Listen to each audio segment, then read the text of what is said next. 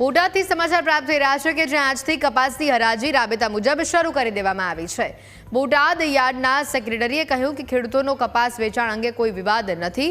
જો કોઈ પ્રશ્ન ઊભો થાય તો એપીએમસી વિવાદનું સમાધાન લાવવા તૈયાર છે।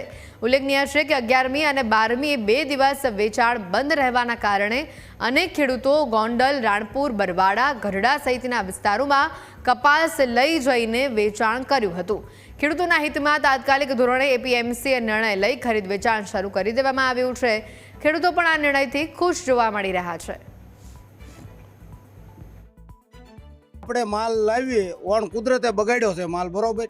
એક હાથે વાળો કર્યો અને એક 15 વાળો કર્યો, જેને કોરામ વીણાઈ ગયો એને 15 આવે તો પછી આપણે કોણ કરે છે? યાર્ડ કરે છે કે જીનના વેપારીઓ કરે? વેપારી તમે 700 વાળો કપા તમારે 1500 ખાલી કરવો હોય વેપારી કરે, કોઈ નોંધ કરે, એ તો વ્યવહારની વાત છે ને, એમાં દેખીતી વાત છે ને, યાર્ડનો કોઈ ભૂમિકા નથી, કોઈ વસ્તુ છે જ નહીં। આ એ તો સાહેબ આવીને કરવી તો સાહેબ આવીને ઉભા રહે છે, સંકુલો લાવી દે છે, પછી શું અમને તો નિરાકરણ આવે છે? આવી જાય છે 10% ભાવે મને સાહેબ સારા મળ્યા છે। પછી જેવો કપા હોય એવો ભાવ મળે, બરોબર। ગરડા હું શનિવારે ગયો તો આ કપા લઈને ગયો તો મારે 1400 રૂપિયા આવ્યા હતા।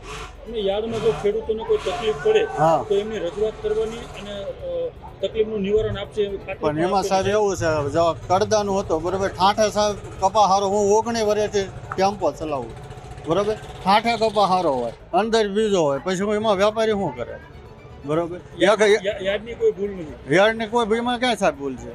યાર્ડની યાર્ડનો જે વહીવટ છે હા, સંતોષકારક છે? સંતોષ જ છે ને, આવા ભાવ ના બીજા નથી મળતા। બજાર સમિતિ દ્વારા ખેડૂતોના કોઈ પ્રશ્નો હોય તો તેનું નિરાકરણ કરવા માટે જે જરૂરી પગલાં લેવામાં આવશે તે લેવામાં આવશે। હાલ અત્યારે શાંતિપૂર્ણ માહોલમાં અત્યારે હરાજી થઈ રહી છે તો કોઈ પ્રશ્ન છે ખરો?